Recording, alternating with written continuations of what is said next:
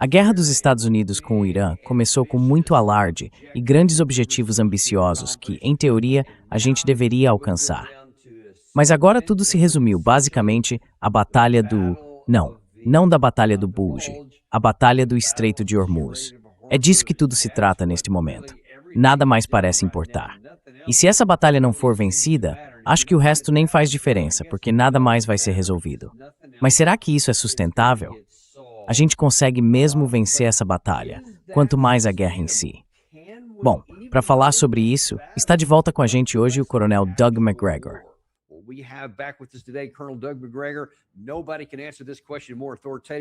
Ninguém pode responder a essa pergunta com mais autoridade do que ele. Ele é analista de defesa e política externa, ex-assessor do secretário de defesa e um veterano de combate altamente condecorado. Doug, como sempre, bem-vindo de volta ao nosso programa. Oi, bom te ver. Bom, vamos direto ao assunto, porque eu gosto de começar olhando de cima, a uns 30 mil pés de altitude. Agora, basicamente, estamos falando da batalha pelo Estreito de Hormuz. O Irã consegue manter o controle, e nós conseguimos tirar isso das mãos deles, porque as negociações parecem estar fora de questão, mesmo que ainda se usem essas palavras. Mas como você vê tudo isso se desenrolando até chegar nesse ponto?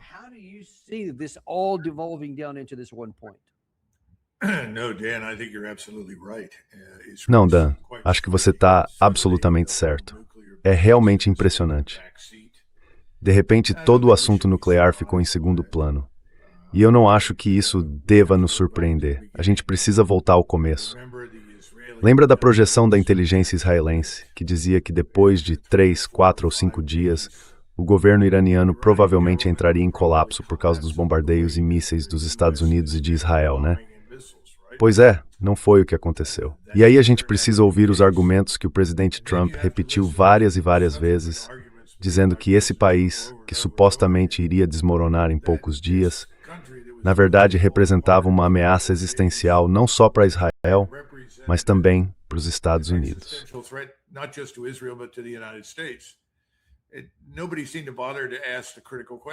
Ninguém pareceu se preocupar em fazer a pergunta essencial. Se você acha que essa situação vai durar só alguns dias, ou talvez 1 ou 2 semanas, então como isso poderia representar uma ameaça existencial para os Estados Unidos? Pois é, ele nunca respondeu essa pergunta. E não tinha estratégia nenhuma, porque a expectativa era, a gente bombardeia, eles cedem. Agora, por que ele teria aceitado algo assim? Acho que a gente precisa entender que o presidente Trump só sabe o que ele sabe.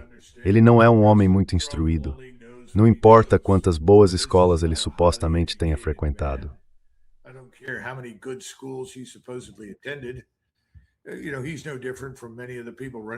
Sabe, ele não é diferente de muita gente que anda por aí de uniforme com 4 estrelas, mas que nunca estudou de verdade nem entendeu nada sobre as guerras que estavam travando. E quando essa expectativa não foi atendida, a gente acabou recuando de um conjunto de objetivos para outros. E agora, basicamente, jogamos fora todo o resto e dissemos que o que queremos, desesperadamente, é alguma forma de abrir o estreito. Claro, você e eu sabemos que o estreito já estava aberto antes de bombardearem, mas esse não é o ponto. Isso precisa se abrir como resultado de algo que o Trump faça. Em outras palavras, tem que se abrir nos termos dele, o que explica por que ele apresentou novas condições.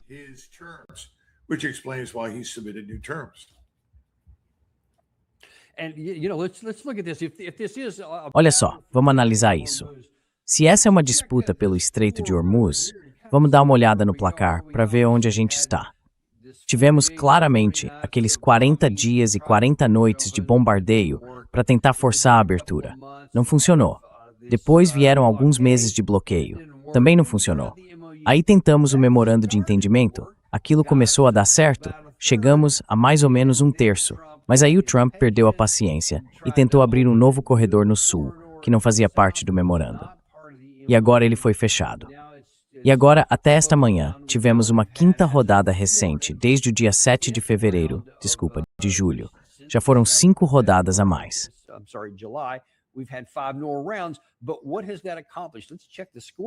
Mas o que isso conseguiu, afinal? Vamos dar uma olhada no placar. Opa! De acordo com o relatório Hormuz, que realmente monitora os navios, mesmo com 2 porta-aviões americanos e forte cobertura aérea, os Estados Unidos não conseguiram manter aberto o principal desvio de petróleo do Golfo. Agora, o porto de Fujairah praticamente parou de operar, o que pode ter tirado de circulação até 6 milhões de barris por dia. E segundo os dados de tráfego marítimo, menos de uma dúzia de embarcações cruzou visivelmente o Estreito de Hormuz nas últimas 24 horas. E de novo, isso é informação de hoje de manhã. Nenhuma delas usou a Rota Sul, apoiada pelos Estados Unidos, que passa pelas águas de Omã. Já o presidente Trump disse, sim, está aberto, com certeza, mas não está. Então, o que você acha disso? É isso que está acontecendo, de fato.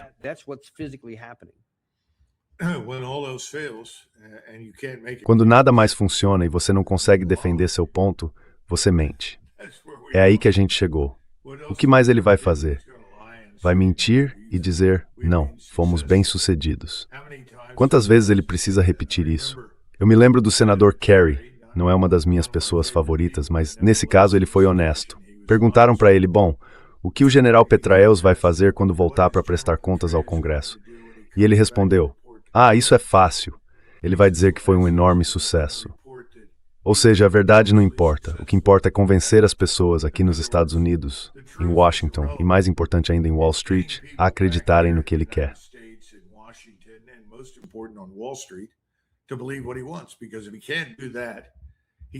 Porque se ele não conseguir fazer isso, não consegue manipular os mercados. E se ele não consegue manipular os mercados, isso quer dizer que a gente está com um grande problema. Porque quando a verdade vier à tona, os mercados vão despencar. E isso é algo que a gente perdeu completamente de vista. Sabe, a taxa do título do Tesouro de 10 anos já está em 4,5%.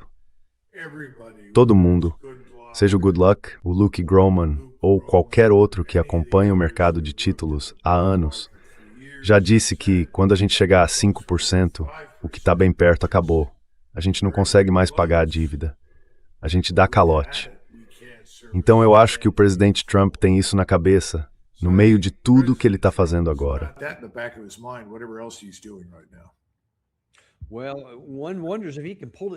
Bom, a gente se pergunta se ele consegue trazer isso para frente da mente, porque é esse o placar que realmente importa. Você falou sobre a questão com Kerry, sobre as mentiras que o David Petraeus contou durante a guerra do Afeganistão. Lá, você podia literalmente dizer o que quisesse, e como o Talibã nunca ia, digamos, se reunir em massa em Jalalabad para derrotar o exército dos Estados Unidos, a ficção funcionava. E isso não tinha nada a ver com mercados.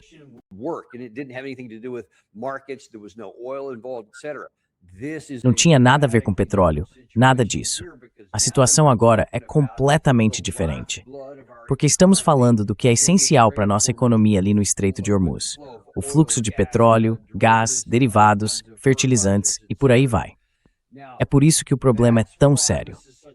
Ontem teve uma entrevista na Fox News com o Trey Yingst e o presidente Trump. E para ser justo, o Trey Yingst fez algumas perguntas bem importantes, perguntas que a gente também quer ver respondidas.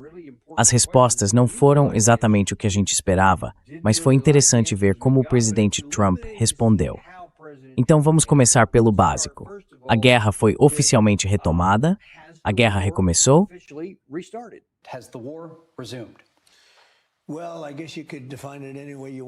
Bom, acho que você pode definir isso do jeito que quiser, mas sem dúvida a gente está batendo neles com força.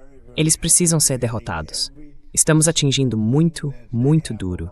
Estamos acertando tudo que eles têm ao longo da costa, na beira do mar. Sabe, se você olhar para o Estreito de Hormuz, agora é até difícil encontrar onde eles ainda têm alguma coisa. A gente precisa parar isso. Temos que manter o estreito aberto. Eu ia cobrar uma taxa, mas em vez disso, eles preferiram gastar muito dinheiro nos Estados Unidos. O que, para ser sincero, é melhor, porque eu não gosto da ideia de cobrar taxa. Tem que continuar livre, porque se não for assim, outros vão fazer a mesma coisa. Mas eu acho que a gente fez um progresso enorme.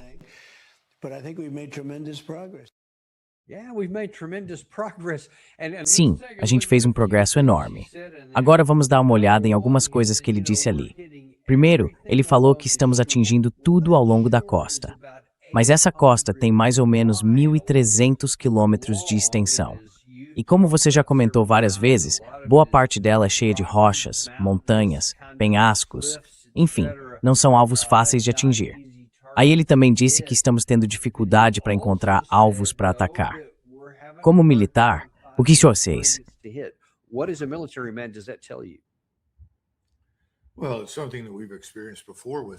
Bom, isso é algo que a gente já viu antes em qualquer uma dessas campanhas aéreas ou de mísseis. Chega um momento em que acabam os alvos militares legítimos. Você atinge tudo que podia e percebe que isso não fez diferença nenhuma. É aí que começa a procurar outras coisas. Você já ouviu ele falar sobre infraestrutura de transporte, estradas e pontes. Ele também mencionou usinas de dessalinização e infraestrutura de petróleo. E por que fazer isso? Legítima.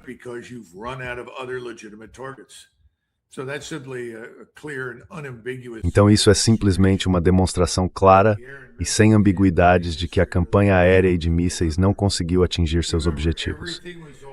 Lembre-se, tudo sempre se baseou na ideia de que, se você atingir alvos suficientes e continuar por tempo bastante, no fim todo mundo vai desistir, levantar as mãos e dizer, por favor, parem.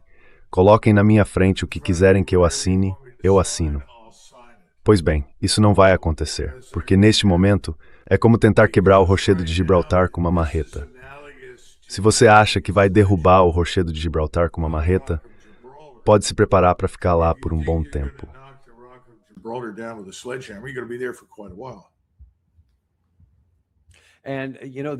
E olha, isso também é interessante nesse ponto sobre a campanha aérea.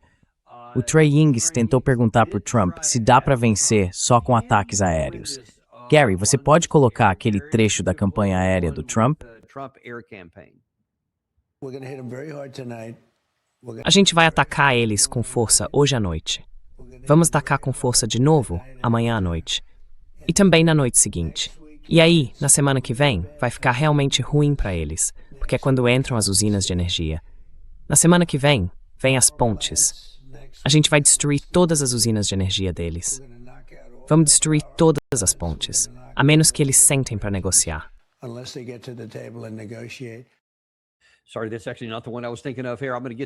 Desculpa, na verdade não era esse o ponto que eu estava pensando aqui. Eu já vou chegar nas pontes e nas outras coisas em um segundo. Mas tem uma pergunta que o Yingst fez. Dá para vencer isso só com poder aéreo ou vai precisar de forças terrestres também? E claro, ele não quis responder diretamente, mas essa é a pergunta central. Quer dizer, a gente pode voltar lá para o começo, em 28 de fevereiro, mas agora que já temos 40 dias de experiência, mas o que aconteceu em 2025, existe alguma capacidade, Doug? Quero dizer, mesmo que mudem de tática, o poder aéreo consegue entregar o que o presidente Trump precisa para abrir o Estreito de Hormuz?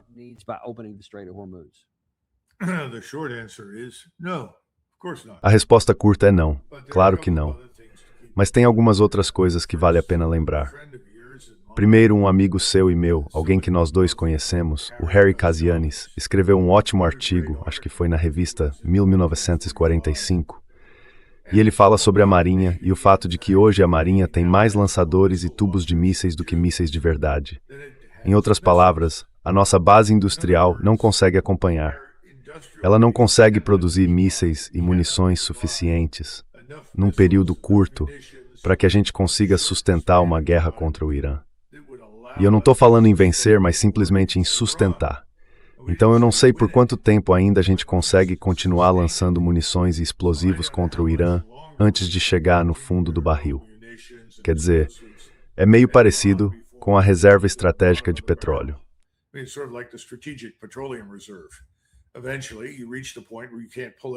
Chega uma hora em que não dá mais para tirar nada além disso. Eu acho que a gente vai chegar nesse ponto em algum momento, dentro da base industrial, na linha de produção de mísseis. Esse é o primeiro ponto. Agora, sobre o que mais pode ser feito, tropas em terra, é interessante que ele não tenha falado disso, porque nos últimos dias, você e eu sabemos que ele falou sim. Ele mencionou que estava considerando tomar a ilha de Keshim. E claro, o grande amigo e apoiador dele, Lindsey Graham entrou na conversa na hora e disse: "Ah, sim, temos que fazer isso. Essa é a chave." A gente ouviu o general Wes Clark, que eu normalmente considero uma pessoa muito inteligente e ponderada, entrar na mesma linha e dizer: vamos atacar a ilha de Kashmir.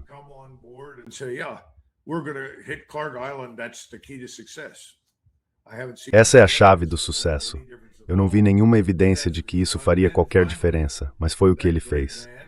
E por fim, aquele grande homem, o general Mackenzie, o arquiteto da retirada do Afeganistão, entrou na conversa e disse: sim, devemos tomar a ilha de Kashmir.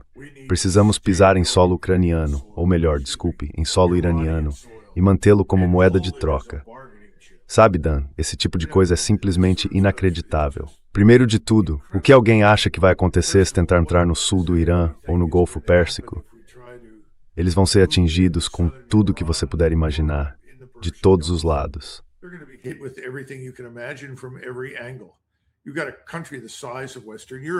Você tem um país do tamanho da Europa Ocidental, com 93 milhões de pessoas, e centenas de lugares de onde eles podem lançar coisas não tripuladas, como o míssil Shahed, os drones Shahed, ou vários tipos de mísseis balísticos táticos e mísseis de cruzeiro. Isso vai causar um impacto terrível. Se a gente tiver pessoas ocupando esse território, elas viram alvos fáceis. O que elas vão fazer? Vão usar a ilha como uma espécie de trampolim? Sabe, essa é uma ideia dos fuzileiros navais para o Pacífico. Só que o problema é que isso não funciona, porque um trampolim desses pode ser completamente destruído. Aí vem a questão de Chabahar. Isso também entrou na discussão. Vamos tomar Chabahar. Mas Chabahar é uma cidade. Eu acho que os iranianos são muito parecidos com os russos quando recuaram diante de Napoleão Bonaparte. Eles destruíram tudo, sem deixar nada para os franceses.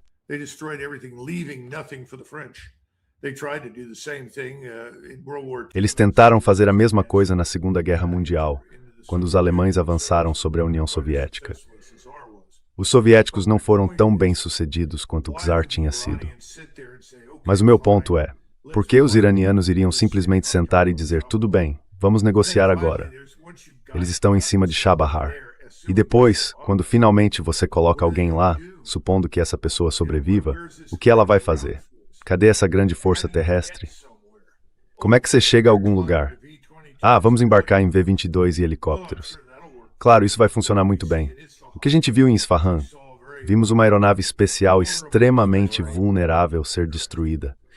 Vamos lá, isso é diferente, isso é uma guerra de verdade. Ou você pesca, ou corta a linha. E ele não quer cortar a linha, fica colocando iscas novas no anzol e jogando de novo, achando que uma hora o peixe vai desistir. Isso não vai acontecer.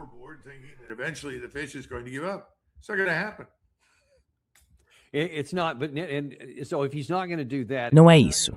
Então, se ele não vai fazer isso, se ele não vai agir em terra, porque pelo que ouvimos de algumas pessoas do governo, aquele incidente em Isfahan assustou o Trump e confirmou para ele que seria uma péssima ideia fazer qualquer coisa no terreno, é bem provável que nem mesmo a ilha de Karg aconteça.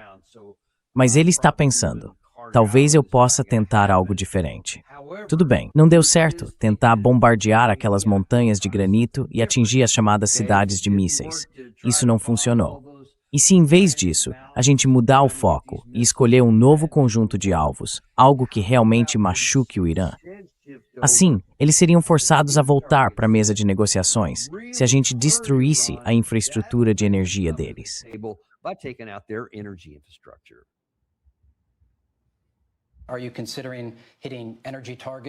Você está pensando em atacar alvos de energia ou outros locais dentro do Irã? Eu vou deixar os alvos de energia por último, mas no fim das contas, sim, vamos atingir alvos de energia. Mas a verdade é que a gente vai atacar com força hoje à noite. Vamos atacar com força amanhã à noite. E vamos atacar com força na noite seguinte também. E aí, na semana que vem, a situação vai ficar muito ruim para eles. Porque na semana que vem as usinas de energia. Na semana que vem as pontes. A gente vai destruir todas as usinas de energia deles. Vamos destruir todas as pontes, a menos que eles sentem à mesa e negociem.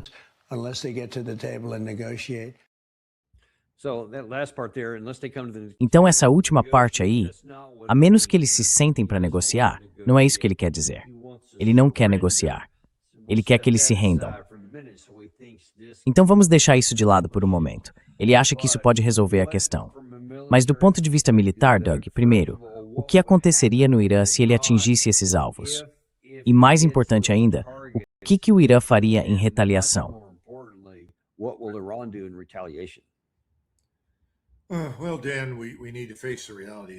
Olha, Dan, a gente precisa encarar a realidade de que é exatamente isso que o general Keeney e outros como ele têm defendido, ou seja, terminar o trabalho. Só que terminar o trabalho acaba sendo, no fim das contas, um retrocesso à barbárie, uma volta à Idade Média. Significa colocar o inimigo de joelhos. É isso que eles estão dizendo, de fato. E para conseguir isso, na cabeça deles, seria preciso destruir tudo. E o mais importante, não só a infraestrutura de petróleo, a indústria e tudo mais, mas também as usinas de dessalinização. É assim que, na visão deles, se faz um país se ajoelhar. Agora, por que isso provavelmente não vai funcionar?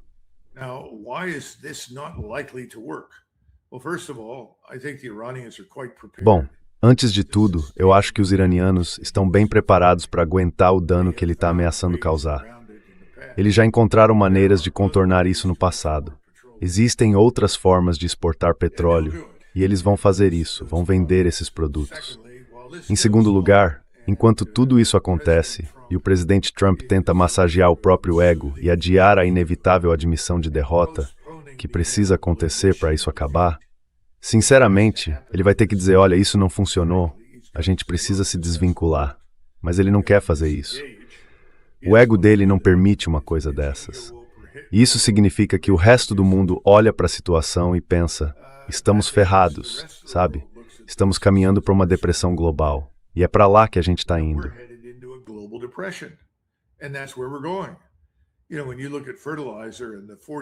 Sabe, quando a gente olha para o fertilizante e vê um aumento de 40%, 50% no custo, não é só o preço que preocupa, é também a disponibilidade.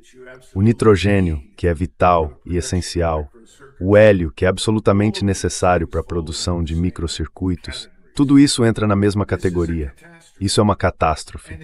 E não está sendo causada pelo Irã, ao contrário do que a gente costuma pensar. Está sendo causada por nós mesmos, pela nossa lealdade incondicional a Israel. Porque, no fim das contas, é Israel que exige a destruição do Irã. Nós não temos nenhum motivo específico para querer destruir o Estado iraniano ou eliminar a maior parte da sua população.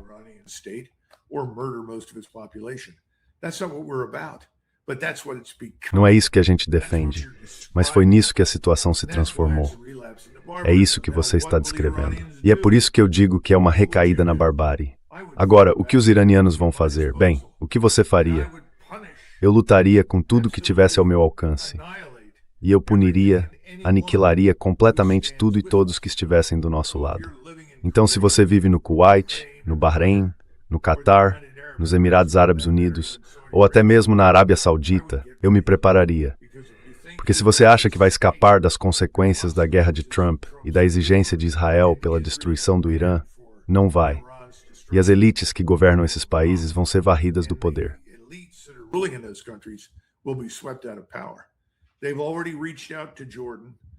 Eles já entraram em contato com a Jordânia, e eu tenho certeza de que ainda tem milhares de armas e mísseis que no fim das contas vão usar contra Israel. E não há muito que a gente possa fazer. A gente não consegue impedir isso. Já falamos sobre isso antes. A nossa tecnologia, como o Ted Postol e outros já apontaram, ainda não chegou ao ponto de proteger esses lugares de forma confiável. O movimento mais sensato, o mais inteligente, seria reconhecer os limites do nosso poder, reconhecer a inutilidade disso tudo e dizer chega, basta. Desejamos o melhor para Israel, mas não dá para continuar com essa campanha. Mas eu não vejo isso acontecendo tão cedo. E você?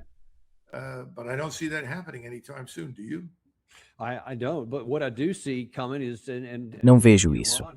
Mas o que eu vejo chegando é o seguinte, e o Irã já vem sinalizando algumas das ações que pretende tomar, além daquelas que você acabou de mencionar, sobre atacar esse tipo de alvo, os mesmos tipos de alvos que o Trump disse que atacaria no Irã. eles acabariam impondo isso também aos nossos aliados. Com licença, mas tem mais coisa aqui, esse chamado triângulo da morte econômica, que se o Irã fizer mais do que simplesmente fechar o Estreito de Hormuz, porque agora eles também fecharam Fajr, isso já está colocando uma pressão extra no fornecimento de petróleo neste momento.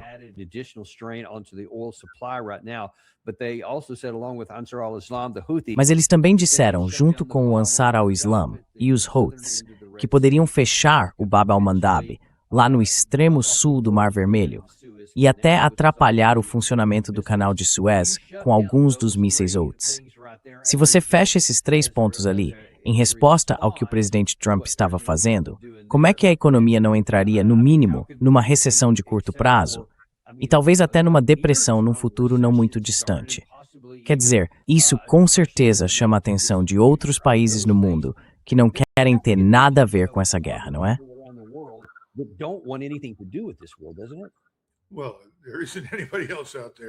Olha, não tem mais ninguém por aí que queira se envolver com essa guerra. É isso que a gente precisa entender. Os chineses, os russos, os indianos, todos eles não têm interesse nessa guerra. Eles querem que isso acabe. Somos os únicos que ainda estão falando em guerra. Quando a gente vai para a Ásia, participa dessas conferências, sabe? O Hegseth esteve lá recentemente e falou sobre a China. Todo mundo na plateia olhava para ele como se ele tivesse perdido o juízo. Eles não estão interessados em entrar em guerra com a China. Nem os coreanos, nem os japoneses, nem ninguém. E agora que ficou claro que a gente não consegue proteger ninguém, porque simplesmente não tem a tecnologia para isso, a pergunta que fica é: por que ainda estamos na Coreia?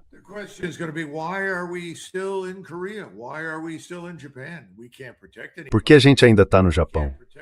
A gente não consegue proteger ninguém. Se não conseguimos proteger alguém, viramos um imã para a confusão. Somos um catalisador de conflito. E o triste é que o presidente Trump entendeu isso instintivamente no primeiro mandato. Ele estava pensando na direção certa. Mas sabe, se você não tem uma base sólida de conhecimento e compreensão, é fácil te convencer a abandonar ideias que fazem sentido em favor de outras que não fazem. Fica sem nada firme para sustentar suas decisões. E eu acho que esse é o maior problema dele. Então agora ele está forçando o caminho, tentando avançar na marra, esperando que alguma coisa aconteça, que algo mude. A ideia de que o canal de Suez poderia ser fechado não é nova.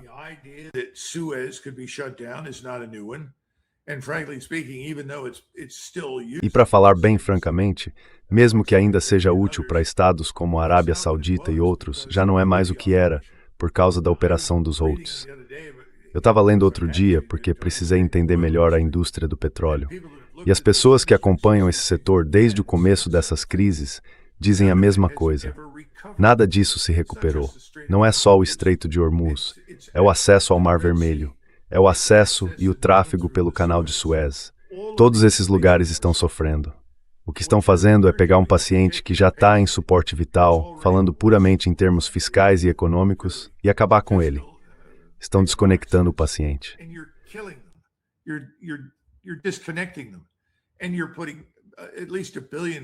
E você está colocando pelo menos 1 bilhão de pessoas, ou até mais, neste planeta em grande risco. Está tornando a fome inevitável, está impedindo a entrega de alimentos. Tudo de ruim que você possa imaginar está acontecendo, inevitavelmente por causa dessa estupidez de fazer guerra contra o Irã em nome de Israel. É isso. E isso precisa parar. Quanto antes parar, melhor será para todos nós. O nosso mundo não vai acabar. E exércitos de radicais islâmicos não vão marchar sobre os Estados Unidos. Bem, alguns já estão aqui. Eles nem precisaram invadir. Nós deixamos que entrassem. Mas o ponto é o seguinte: essa ideia absurda de que o mundo vai acabar se a gente parar com isso está errada.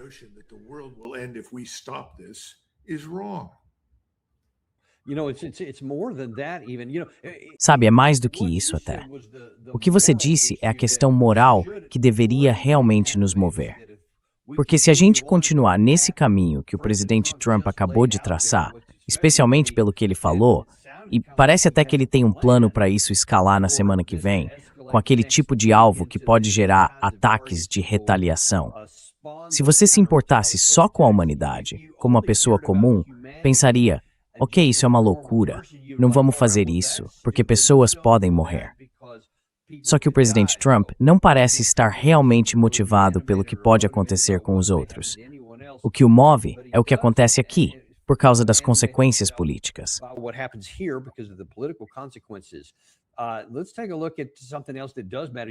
Vamos dar uma olhada em outra coisa que realmente importa. Você mencionou isso há pouco, sobre a reserva estratégica de petróleo. Esses dados são, se não me engano, do dia 3 de julho, então já tem quase 2 semanas. Mas dá para ver que mesmo agora ela está praticamente esgotada, então a situação está ainda pior. Esse é o nível mais baixo das nossas reservas desde 1983, certo? Mais exatamente em 20 de maio. No dia 3, o total era de 319 milhões de barris, e o nível mais baixo registrado, praticamente desde a criação da reserva, foi lá em 1983. E agora, muito provavelmente, estamos ainda abaixo disso. E com o estreito bloqueado, se acontecer mais alguma coisa, esses números só vão subir. Quais são as consequências disso aqui dentro do país?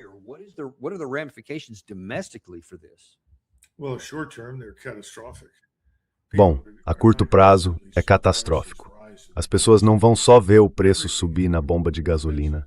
Tudo vai ficar mais caro, porque a gente sabe que o petróleo tem um papel central em praticamente tudo que sustenta a vida moderna. Ele move os caminhões, permite a produção de embalagens, de plásticos. Enfim, dá para continuar essa lista por um bom tempo, Dan. Então sim, é catastrófico. Agora a questão é, a gente parou completamente de exportar petróleo bruto. Paramos de exportar produtos refinados como gasolina ou diesel. Eu não sei, preciso verificar isso. A gente realmente precisa saber. Acho que se ainda não paramos, vamos parar. E a gente tem exportado bastante para o Japão e também para o Reino Unido. O Reino Unido, aliás, está numa situação muito difícil agora.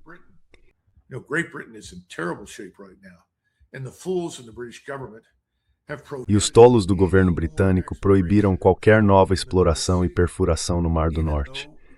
Mesmo sabendo que bem ali na costa da Escócia eles têm enormes quantidades de petróleo. Isso já devia ter sido aproveitado há muito tempo. Eles não acreditaram na importância de criar uma reserva. Não houve nenhuma percepção da necessidade de se proteger contra uma insegurança que surge de forma inesperada. Então, não é só com a gente, é também com a Europa, e especialmente com a Grã-Bretanha. A Alemanha está muito perto do fundo do poço. A França não está muito atrás, só que os franceses, pelo menos, tiveram o bom senso de manter sua capacidade nuclear, e isso ajudou bastante. Mas eu acho que vamos ver muita instabilidade, principalmente na Europa Ocidental, à medida que tudo isso que a gente está descrevendo começar a fazer efeito.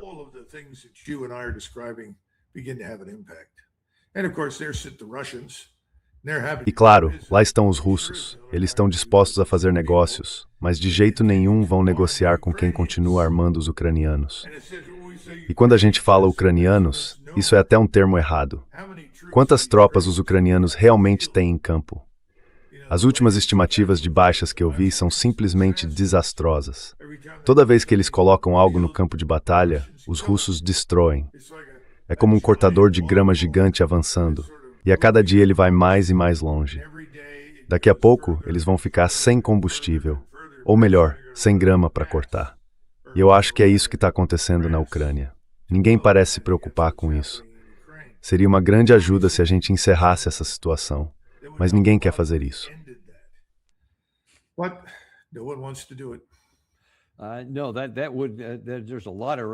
Não, isso tem muitas implicações.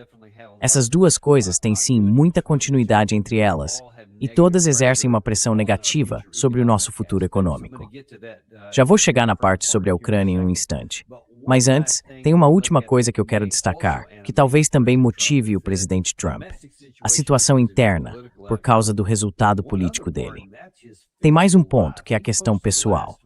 Na semana passada, ele postou no Truth Social dizendo: "Dei instruções de que se eu for assassinado, 1000 mísseis vão cair sobre o Irã e vão destruir tudo isso. Vai acabar com a nação deles e tudo mais. Se algo acontecer comigo, as instruções já estão dadas. Eles vão fazer isso." E hoje, isso foi hoje mesmo, surgiram algumas das preocupações dele. Desculpa, esse aqui não é o trecho certo. É este aqui.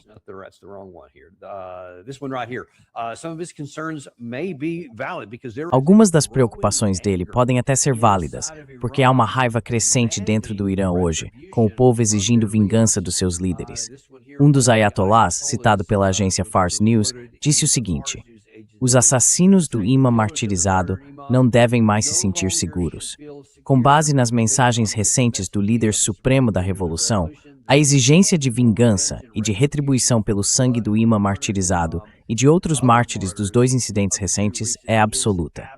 E aqui, na própria conta de Mustafa Khamenei nas redes sociais, ele escreveu: as bandeiras vermelhas da vingança não serão abaixadas. Essas palavras foram ditas durante a cerimônia em memória do líder martirizado, realizada em nome de Said Mustafa Khamenei, o líder da Revolução da República.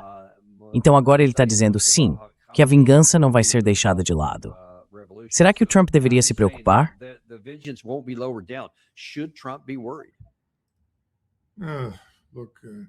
Olha, Dan, isso é frustrante para mim, porque lembra quando a gente estava no Golfo? Teve uma conversa entre o general Franks, que era o comandante do 7º Corpo, e ele estava falando, acho que com 3 ou 4 suboficiais. Um era sargento. E ele ficava reclamando: eu só não quero ver ninguém morrer. Não quero que nada de ruim aconteça.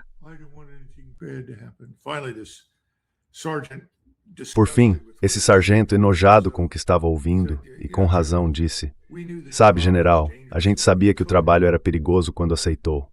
E eu não quero ser grosseiro, mas se o senhor vai ser o comandante em chefe das Forças Armadas dos Estados Unidos, sim, sua vida está em risco.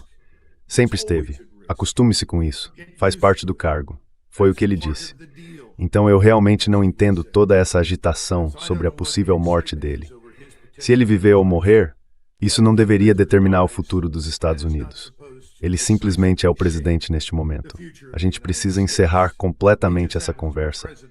E qualquer pessoa que se levante e diga, bem, se encontrarmos alguma ligação entre as pessoas que mataram o presidente, caso algo assim aconteça, vamos destruir o lugar de onde elas vieram, isso está simplesmente errado.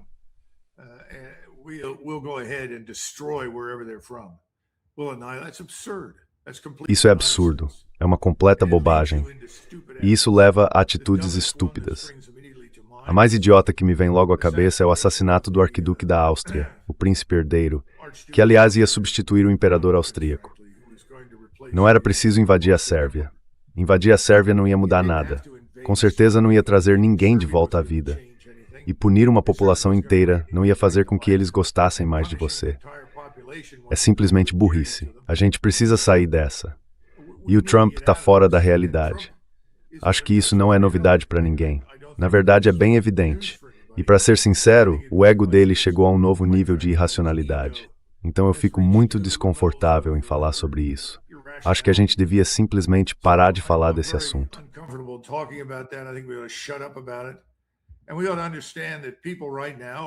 A gente precisa entender que, neste momento, as pessoas no Irã estão muito emocionadas. E isso é compreensível.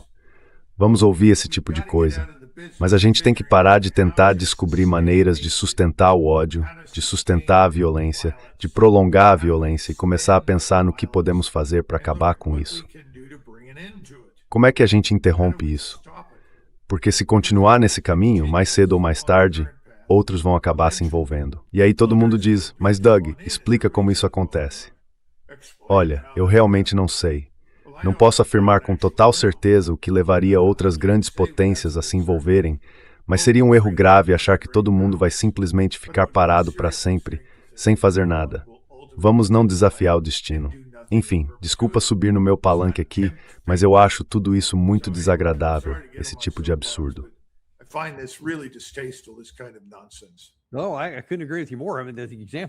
Não, eu não poderia concordar mais com você. Quer dizer, o exemplo que você deu do que aconteceu depois que o arquiduque Ferdinando foi assassinado acabou virando uma guerra mundial que ninguém imaginava que fosse acontecer naquela época. Então o seu ponto é bem válido sobre o que poderia acontecer aqui se a gente fizesse isso. Vamos torcer para não precisar descobrir. Você mencionou há pouco um outro assunto sobre o qual a gente gostaria de ouvir sua opinião, que é a guerra entre a Rússia e a Ucrânia. Houve alguns desdobramentos recentes. Só na última noite, a Ucrânia atingiu 20 navios adicionais. Isso faz parte de uma nova ofensiva, 20 navios russos da chamada Frota Sombra, no Mar Negro durante a noite.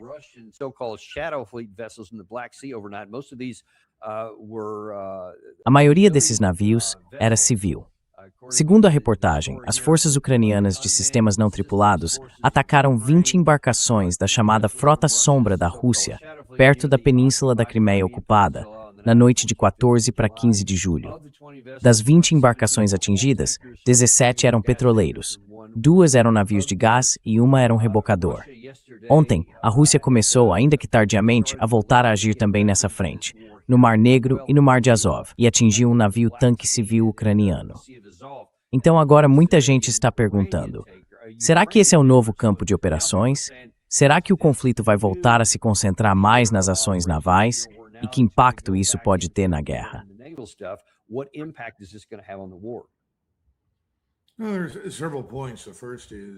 Há vários pontos aqui. O primeiro é que ninguém deve se iludir achando que esse tipo de ataque vai salvar a Ucrânia da derrota, ou que isso vai mudar o rumo da guerra. Isso é pura ilusão. Infelizmente, a Ucrânia está condenada à destruição. E o segundo ponto é que os ucranianos aproveitaram alvos no mar relativamente difíceis de defender na marinha russa. Isso tem a ver com algumas conversas que tivemos recentemente quando falamos com o Joe Kent. Os russos aprenderam muito. As forças terrestres deles se adaptaram de forma impressionante. Se você olhar o que está acontecendo na linha de frente, onde o combate realmente acontece, dá para ver claramente que as tropas russas aprenderam a lidar com esses sistemas não tripulados.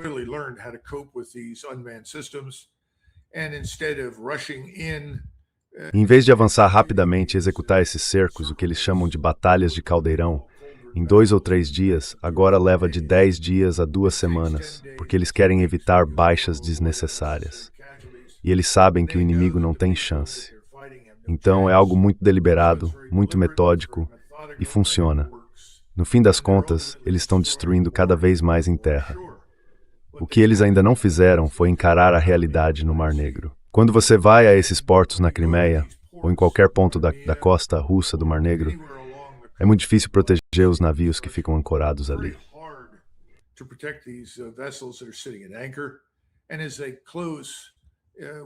E à medida que eles se aproximam da Ucrânia, chegando perto de onde essas armas estão sendo lançadas, fica cada vez mais difícil protegê-los. Eles precisam ajustar algumas coisas por lá. Acho que vai ter gente perdendo o cargo nas forças navais russas. Se eu tivesse que fazer uma previsão, diria que isso é praticamente certo, porque esse tipo de situação não deveria acontecer. Mas no fim das contas, a gente precisa entender que isso tudo vai acabar. E vai acabar com a Rússia no controle de Odessa. Vai acabar com a Rússia no controle de Kharkov. Vai acabar com a Rússia no controle dessa região que eles chamam de Novorossia. Os russos não estão interessados em dominar a Ucrânia Ocidental.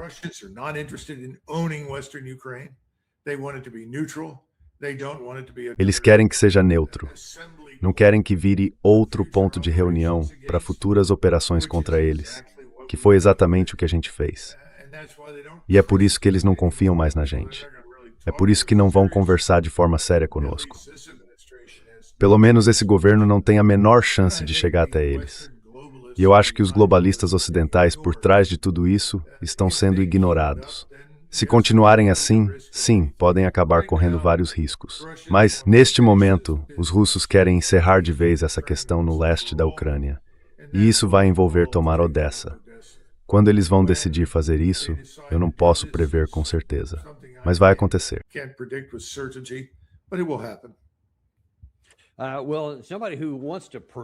Bom, alguém que quer evitar que isso aconteça é a Ursula von der Leyen, da União Europeia.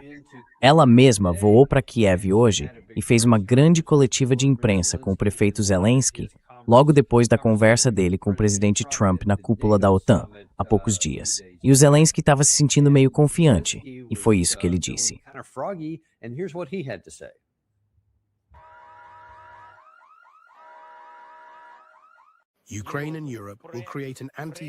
A Ucrânia e a Europa vão criar juntas pela primeira vez um escudo antibalístico.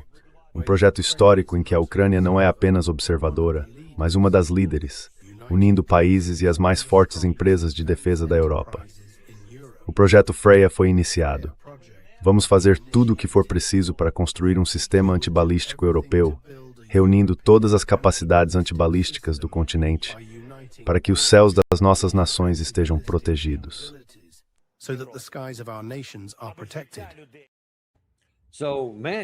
Cara, que notícia boa.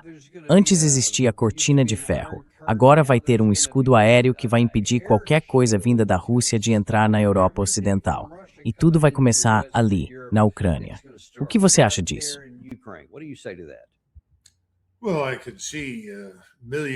Olha, eu consigo imaginar milhões de europeus fazendo fila para entregar o primeiro filho ao Zelensky, para que ele venda os órgãos e junte o dinheiro que precisa para construir essa ideia absurda. Isso não vai acontecer. Você e eu sabemos disso. Tragam de volta o Ted Postol. Há muitos outros além dele, e são físicos, e eles vão te dizer que até conseguirmos quebrar as leis da física e entender como romper as leis da matemática fractal, desenvolver o tipo de energia necessária para fazer esses feixes de partículas funcionarem, e criarmos, sabe, aquela capacidade do me teletransporta, do Bill Shatner, ou os escudos que ele sempre pede quando está na nave Enterprise. Estamos muito longe desse tipo de coisa. E se você não tem isso, qualquer coisa que colocar lá não vai funcionar. Dá para sobrecarregar, e isso é algo que os russos aprenderam. Neste momento, eles estão protegendo uma frente de pelo menos 1000 milhas. Se você observar, eles têm sido incrivelmente bem-sucedidos em deter a maioria dos sistemas não tripulados, mísseis, drones e tudo mais que é lançado contra eles.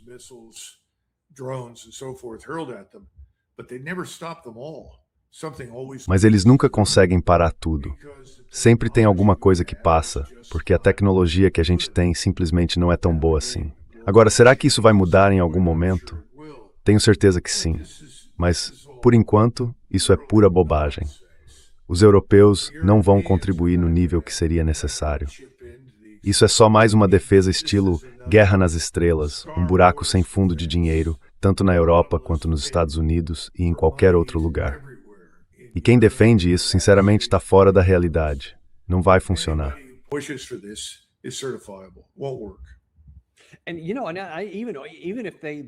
E olha, mesmo que eles queiram, sabe, sonhar com essas coisas do William Shatner, o melhor cenário possível é algo de 3 a 5 anos no futuro, antes que isso possa realmente produzir esses mísseis interceptadores, digamos, míticos. Onde está a mentalidade dessas pessoas? Elas acham mesmo que vão? Quer dizer, será que acham, e talvez a resposta seja sim, que podem continuar lutando por mais 3, 5 anos, esperando esse novo escudo de mísseis ficar pronto?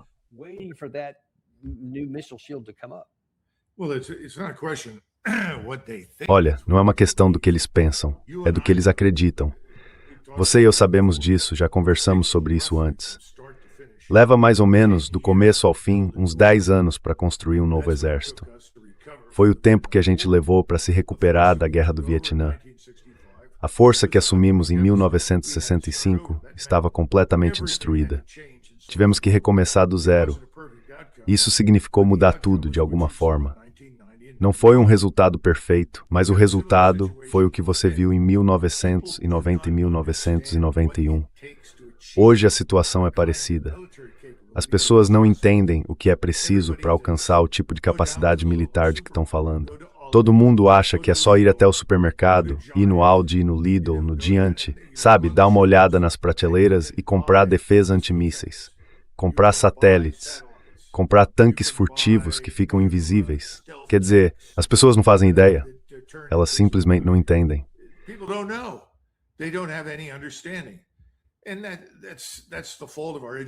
E isso é culpa do nosso sistema educacional. Mas os políticos não têm nenhum compromisso com a verdade.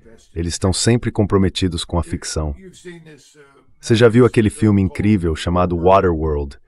E sabe, tem o Dennis Hopper que já faleceu segurando uma garotinha com um mapa nas costas e dizendo: aqui está o mapa para terra firme. E todo mundo vibra. Aí ele fala: então a terra firme está ao nosso alcance. Agora, remar. E todos saem correndo para remar. Remar e remar. Aí uma das pessoas pergunta: mas você tem certeza disso? E ele responde: quem se importa? Eles vão remar por 2 semanas antes de perceber que eu estou falando besteira. Infelizmente, eu acho que é exatamente esse tipo de mentalidade que funciona tão bem na política no Ocidente. É só dizer o que for preciso e vai levar semanas até perceberem que é tudo uma grande bobagem.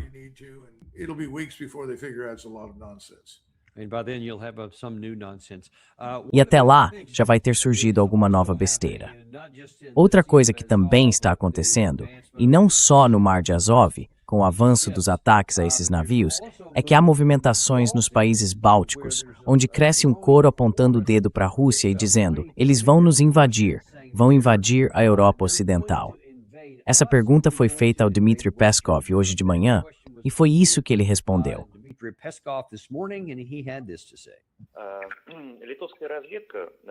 A inteligência da Lituânia informou que a Rússia estaria planejando atacar a infraestrutura dos países bálticos e da Europa. Diante disso, o presidente lituano, Gitanas Nausėda, pediu o reforço da segurança em locais de infraestrutura crítica.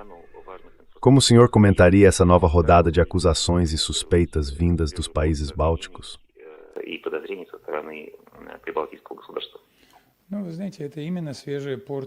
Olha, isso é exatamente mais uma leva desses filmes de terror, filmes feitos para continuar lavando o cérebro das pessoas e preparar a população para uma nova onda de militarização. Para fazer isso, é preciso criar a imagem de um inimigo em outro país, nesse caso, no nosso. E com esse pretexto, como se costuma dizer, continuar levando infraestrutura militar para os países bálticos. Продолжить подтягивать в страны Прибалтики военную инфраструктуру. Não sei se deu para ler tudo ali embaixo.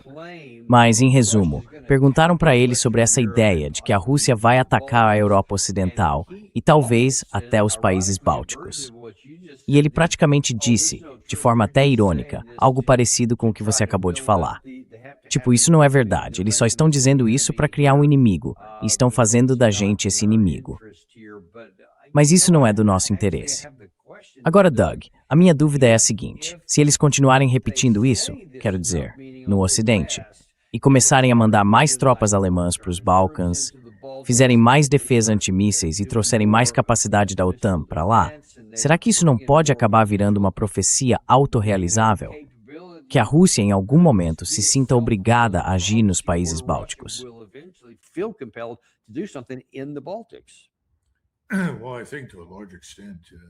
Olha, eu acho que em grande parte a liderança da OTAN vem tentando, especialmente nos últimos 2 ou 3 anos, provocar o presidente Putin. E quando eu digo provocar, quero dizer empurrá-lo a agir de forma imprudente em resposta a esse tipo de absurdo. Mas por que fariam isso? Por que diriam essas coisas? Eu acho que um dos grandes motivos é que estão tentando desesperadamente nos arrastar para dentro disso. Certo, esse é o programa estratégico de Israel. Como é que a gente puxa os Estados Unidos para esse conflito? O que o Netanyahu tem repetido várias vezes.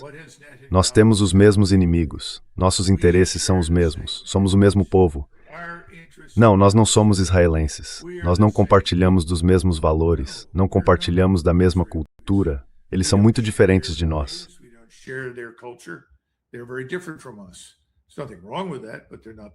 Não tem nada de errado com isso. Mas eles não são a mesma coisa. A gente não tem os mesmos inimigos. Na verdade, nem precisamos ter muitos inimigos. Esse é o grande gênio da República Americana e das pessoas que a fundaram, que entenderam isso há 250 anos. Não há motivo para a gente ter esses inimigos. Então, o maior erro que eu acho que o Putin poderia cometer seria cair numa provocação. E agora esse é o perigo. Não tanto que alguém nos estados bálticos seja ingênuo o bastante para disparar mísseis contra a Rússia. Eles têm sido imprudentes, sim, ao permitir que os ucranianos usem o território e o espaço aéreo deles de vez em quando para atacar alvos na Rússia. Grande erro.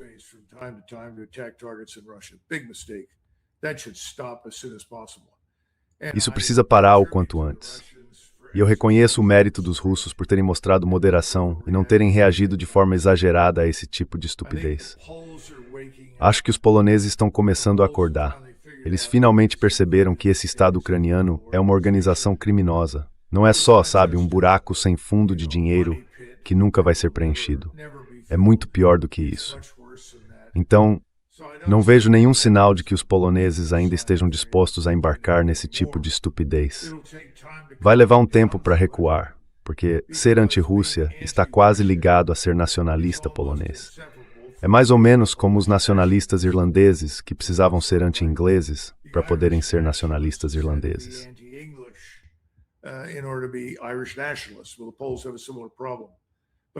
Bem, os poloneses têm um problema parecido, mas eu acho que eles conseguem superar isso.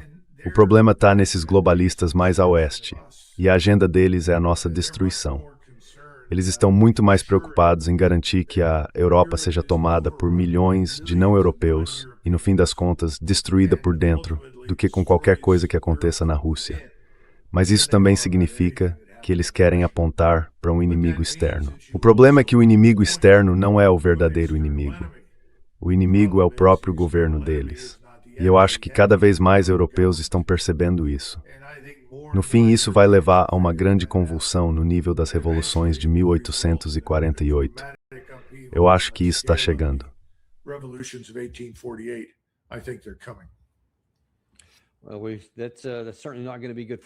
Bom, isso com certeza não vai ser bom para ninguém. Sabe, é interessante. O presidente Putin, você mencionou se ele vai continuar ou não, fez um discurso no auditório público, acho que foi ontem, em que ele pode ter, na verdade, confirmado o que você disse, que vai tentar ser um pouco mais paciente. Mas ele também falou, usando aquela ideia de placar, mostrando o que o Ocidente tem tentado fazer contra eles até agora, e na visão dele, qual seria o resultado disso?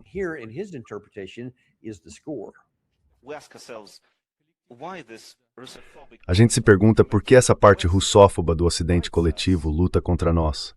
E nós, em resposta, desenvolvemos nossa economia de outro jeito.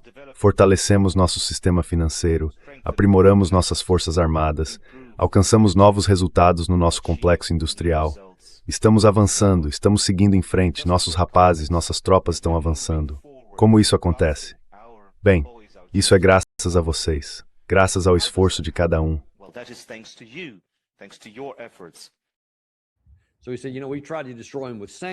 Então ele disse, a gente tentou destruir eles com sanções, tentou acabar com a economia deles, tentou derrotá-los militarmente, ajudando a Ucrânia e tudo mais, e ele disse que em vez disso, eles estão mais fortes, que superaram a gente financeiramente e economicamente. E parece que ele acredita que estão no caminho certo. Então isso te faz pensar que a Rússia talvez não vá atacar nenhum desses pontos, mesmo que os mísseis de longo alcance continuem chegando e que eles vão seguir por um caminho mais lento e metódico.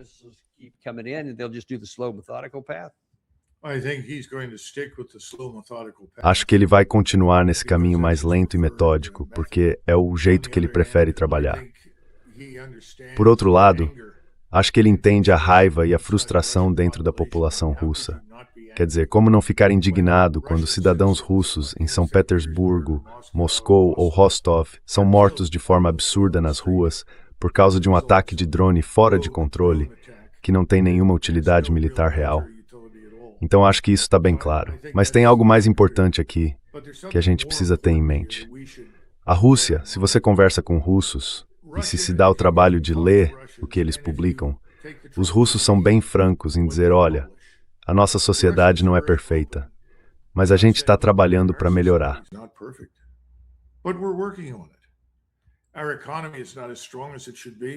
Nossa economia não está tão forte quanto deveria, mas estamos trabalhando nisso.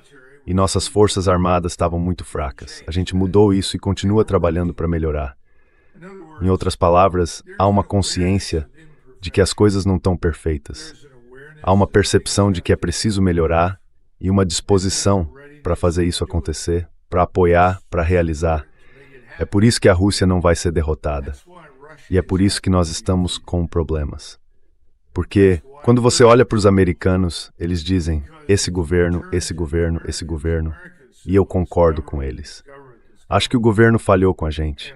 Acho que o contrato social já não existe mais. Mas isso não quer dizer que não precisamos de um governo. Quer dizer que precisamos, e muito, de um governo.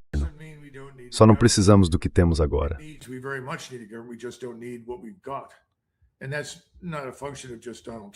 E isso não é só por causa do Donald Trump.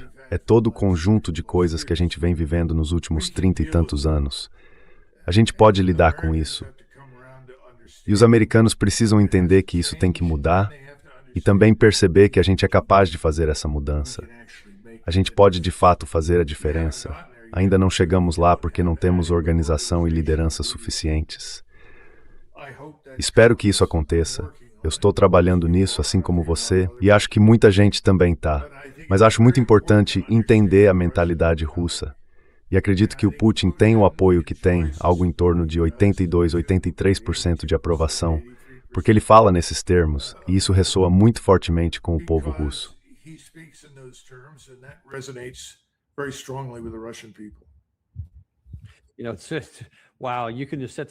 Sabe, é impressionante.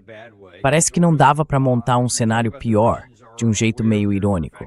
Você fala que os russos têm consciência das próprias falhas e estão tentando melhorar em várias áreas, e aí compara isso com os Estados Unidos. Pois bem, eu tenho alguns exemplos disso aqui, nesses últimos minutos que nos restam. Vamos olhar para dentro das nossas próprias fronteiras. Agora mesmo, estamos tentando aprovar primeiro, dentro do NDAA, um orçamento de defesa de US$ 1,5 trilhão de dólares. Um aumento enorme em apenas um ano, saindo de 1 trilhão, que já é muito mais do que qualquer outro país gasta. Mas ao que parece, nem isso é suficiente. Agora estão tentando incluir mais 350 bilhões de dólares extras por fora. E ouça só a explicação que o presidente da Câmara, Mike Johnson, deu para isso.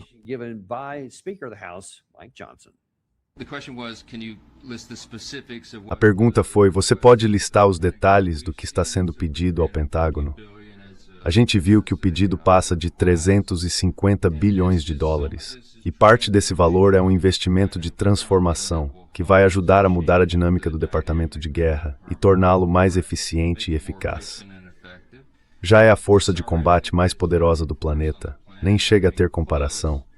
Mas existem ideias, uma visão real de como melhorar ainda mais, de como reforçar isso. Você já ouviu o presidente falar sobre a intenção de praticamente dobrar o orçamento de defesa nacional. Olha, vivemos tempos perigosos. Estamos enfrentando o comunismo dentro do nosso próprio país e também combatendo terroristas e tiranos pelo mundo. E precisamos ser capazes de proteger a nossa segurança nacional. Então esse não é o momento para entrar nos detalhes disso.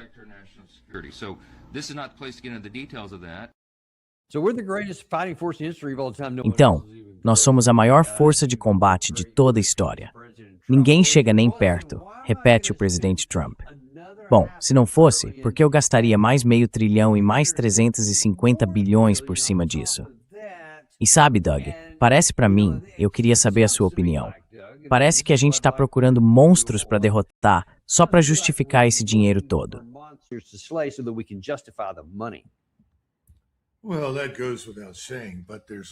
Bom, isso nem precisa ser dito, mas também tem muita corrupção envolvida nisso. Vamos olhar para o primeiro comentário que ele fez. Ele começa falando de todos esses supostos inimigos. Mas você e eu sabemos que isso é mentira. Ele mencionou um inimigo, sim. Chamou de comunismo. Eu presumo que ele esteja falando do novo prefeito de Nova York, que claramente se identifica bastante com os princípios de Karl Marx em vários aspectos. E ele está caracterizando isso como um inimigo. Tudo bem, eu topo, pelo menos no sentido de que ele apontou um problema sério aqui dentro dos Estados Unidos. Eu consigo pensar em muitos problemas dentro do país. Consigo pensar em muitas ameaças.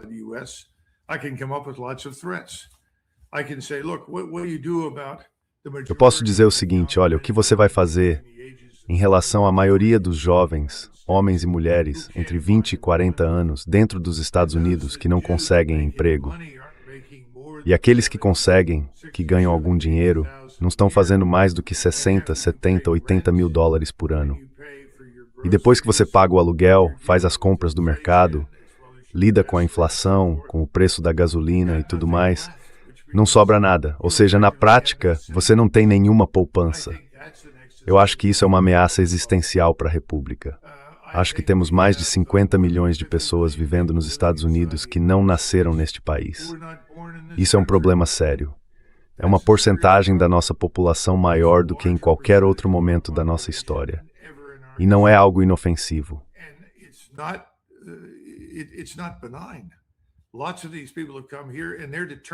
Muita gente veio para cá decidida a nos transformar no que eles acham que a gente deveria ser. Mas, da última vez que eu vi, todo mundo queria vir para cá justamente porque gostava do jeito que o país é. De repente agora, todo mundo que construiu essa sociedade, o país, as indústrias, a ciência, a tecnologia, passou a ser mal visto só porque é branco. Esse tipo de absurdo precisa acabar. Mas ninguém fala sobre isso. E o Mike Johnson não vai nem chegar perto desse assunto. Ele e os adversários dele, lá da esquerda, estão todos no mesmo barco nessas questões. Nenhum deles quer encarar esses temas difíceis. E essa história de ameaça lá de fora, isso é conversa fiada. Não tem exército russo, nem chinês, nem marinha, nem nada se preparando para invadir a gente.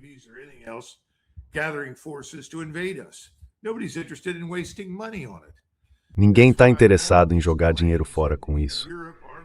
É por isso que todas essas alegações na Europa são um absurdo total. Os europeus não querem desperdiçar dinheiro tentando montar uma força gigantesca para invadir a Rússia. Não há motivo para invadir a Rússia. E a Rússia também não quer invadir ninguém. Isso é uma besteira. E alguém precisa ter coragem de dizer que é besteira. Mas vocês estão se alimentando no coxo. E o coxo em Washington é enorme. É uma montanha de lavagem. E todos os porcos correram para lá, querendo continuar comendo. Eles dependem de um governo que os alimenta. Aliás, eles não estão alimentando a gente. A nossa população, 90% dela, não ganha nada com isso, de jeito nenhum. 10% da população é dona de tudo e gasta todo o dinheiro.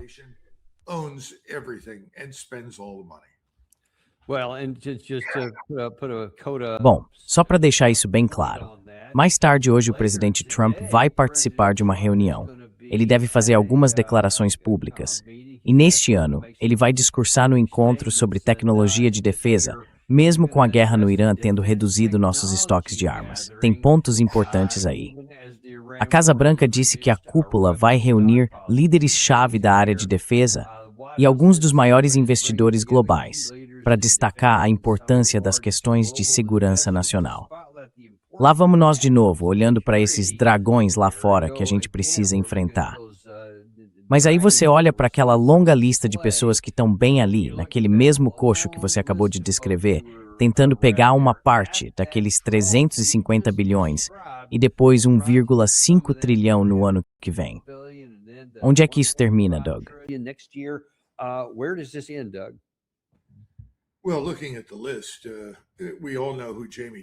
Bom, olhando para a lista, todo mundo sabe quem é o Jamie Dimon. E para ser justo, ele tem chamado atenção para o perigo de um colapso financeiro total. Ele tem falado sobre o mercado de títulos, entende bem a desvalorização da moeda. Eu não sei o que ele diria em particular, mas a gente esperaria que o Dimon levasse essa mensagem ao presidente. Agora não é hora de gastar mais com praticamente nada. Não sei se a Blackstone pode comentar, ou os outros. Eu sei que essa Feby Novakovic é uma ex-funcionária da CIA. Pode ser que ainda seja uma agente da CIA. E hoje ela comanda a General Dynamics. Não sei. Essas pessoas são inimigas de quem quer reduzir gastos. São inimigas de quem não quer dobrar a aposta em gastos com os projetos preferidos delas.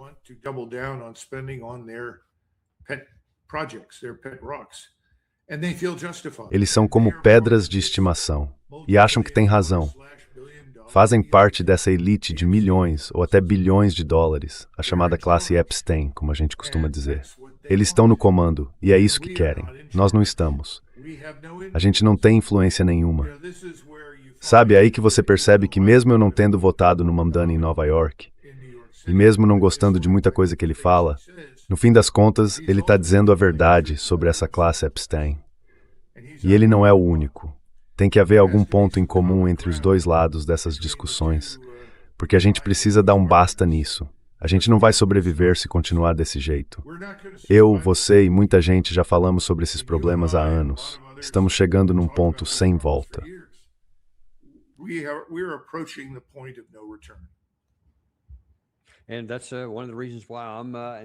E é por isso que eu defendo o que você estava falando. O sistema precisa mudar nesse chamado modelo de dois partidos, que na verdade é mais um partido único, como você já disse várias vezes. Nessas questões, eles simplesmente excluem todo o resto e mentem dizendo tudo o que o público quer ouvir. E a grande mídia só repete tudo, direitinho, sem questionar. Tirando programas como este, e o que você faz em outros lugares por onde passa, a gente vai ter que ver se consegue criar mais força de baixo para cima. Ou talvez você tenha razão. Pode ser que a gente acabe sem poder nenhum mais para frente. E isso tudo desabe sobre nós, porque não tem como sustentar esse sistema, por mais que eles queiram. Acho importante deixar isso bem claro.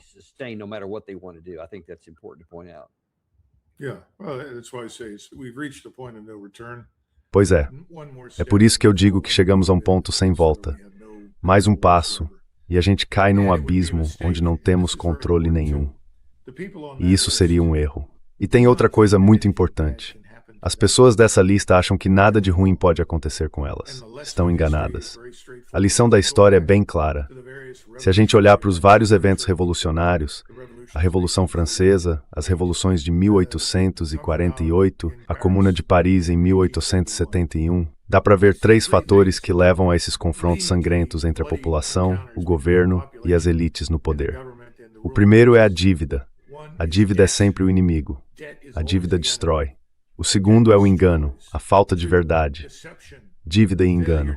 Essas duas coisas são muito, muito importantes. E no fim das contas, o último fator é o colapso total da fé ou da confiança nas instituições, nos órgãos de governo e nas elites que os controlam.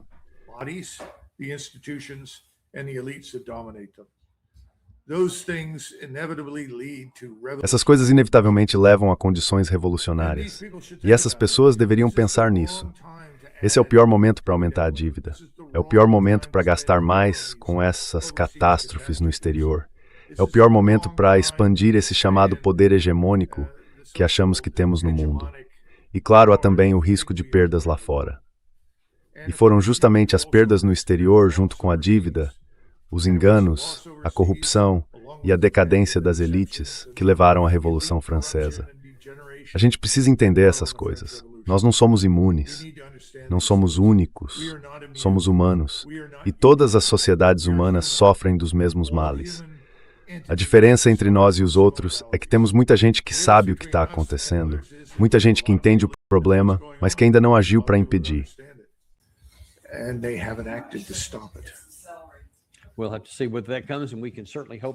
A gente vai ter que ver como isso se desenrola. E claro, podemos torcer para que aconteça e fazer tudo o que estiver ao nosso alcance para tentar acelerar essa mudança antes que seja tarde demais, se já não for. Muito obrigado por ter vindo hoje, Doug, e por destacar esses pontos aqui. Só para lembrar todo mundo, o Doug agora tem o canal Warrior Diplomacy no YouTube. Dá para ver o primeiro vídeo lá. Eu participei, tive o privilégio de estar lá com o Joe Kent, mas ele tem outros conteúdos também. Então continuem acompanhando o canal.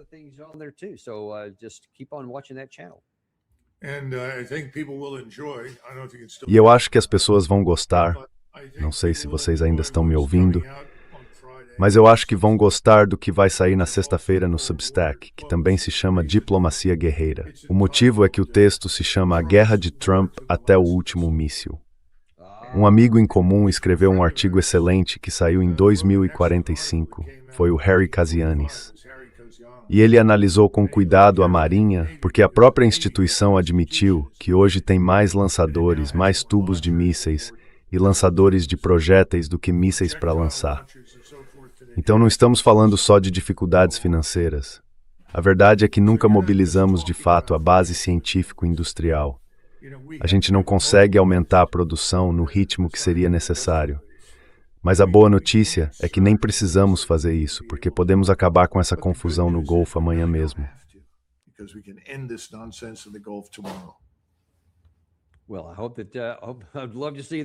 Bom, eu espero que sim. Adoraria ver isso acontecer. Vamos ter que esperar para ver como vai ser e fico ansioso para ler seu Substack amanhã. Obrigado por destacar isso, estamos esperando por isso também. E a gente agradece vocês, de verdade. Voltamos aqui em mais ou menos 1 hora, um pouquinho menos, com o ex-comodoro Steve Jeremy, que vai falar sobre os Estados Unidos bombardeando o Irã todos os dias. Para onde isso está indo? Dá para alcançar algum resultado? Vamos ver. E ele tem alguns artigos novos por aí com informações que a gente ainda não viu em nenhum outro lugar. Então, esperamos vocês às 2h30 no Daniel Davis Deep Dive. Você sabe que a gente não tem patrocinadores, porque não gostamos de encher vocês de propaganda. Eu não gosto disso. Então mostra um pouco de apoio, se inscreve, curte e manda isso para alguém de quem você gosta. And send this to somebody you care about.